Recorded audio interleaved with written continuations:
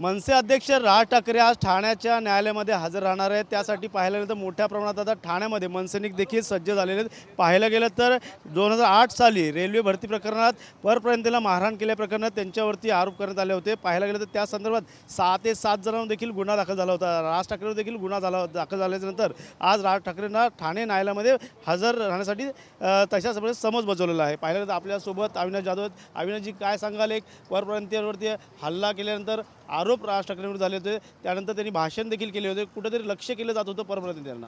मी तुम्हाला परत सांगतो, त्या घटनेनंतर महाराष्ट्रामध्ये रेल्वेच्या ॲड या मराठीत यायला सुरू झाल्या।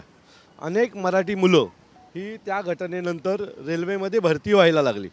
आज त्यावेळेला फक्त उत्तर प्रदेश या बिहार, झारखंड या भागातच रेल्वेच्या ॲड यायच्या होत्या। त्या आंदोलनानंतर आज महाराष्ट्रातल्या प्रत्येक मराठी पेपरमध्ये रेल्वेच्या ॲड यायला लागल्या। सो मला असं वाटतं की सन्माननीय राजसाहेबांवर त्याला गुन्हा दाखल झाला, साहेबांना अरेस्ट झाली, या सगळ्या गोष्टी झाल्या। पण त्याच्यानंतर जर महाराष्ट्राचा काय फायदा झाला असेल तर महाराष्ट्रातले अनेक तरुण त्या आंदोलनानंतर रेल्वेमध्ये कामाला लागायला लागले। सो मला असं वाटतं की हा आमच्यासाठी खूप मोठा विजय होता की आज रेल्वेच्या सगळ्या ॲड या मराठीमध्ये देखील येतात आणि अनेक मराठी मुलं त्या रेल्वे परीक्षेमध्ये पार्टिसिपेट करतात। तुम्ही स्वतः देखील रेल्वेचं आंदोलन केलं होतं ठाण्यामध्ये, त्यामुळे देखील गुन्हा दाखल झाला होता। का वाटतं येणाऱ्या काळात अशा प्रकारच्या भरती ज्या अनेक वेळा निघतात, रेल्वे असेल इतर देखील भरती परप्रांतीयांना सांगतो, असे गुन्हे घ्यायला आम्हाला कधीही वाईट वाटणार नाही, ज्यातून मराठी माणसांचं, मराठी तरुणांचं भलं होणार असेल।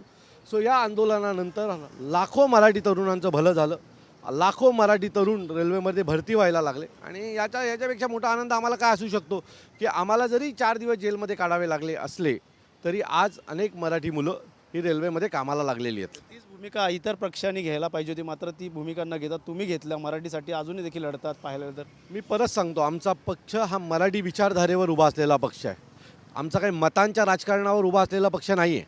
त्यामुळे सन्माननीय राजसाहेबांच्या आदेशाने मराठी तरुणांना संधी मिळायला पाहिजे, मराठी माणसाला मान सन्मान मिळाला पाहिजे, यासाठी आम्ही पाहिजेल तेवढे गुन्हे घ्यायला तयार आहोत।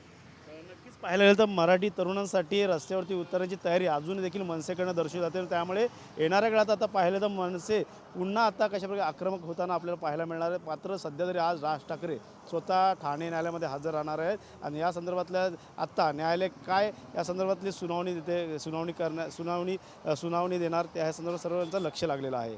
त्यामुळे अथर्वसह गणेश सुरा, TV9 मराठी, ठाणे।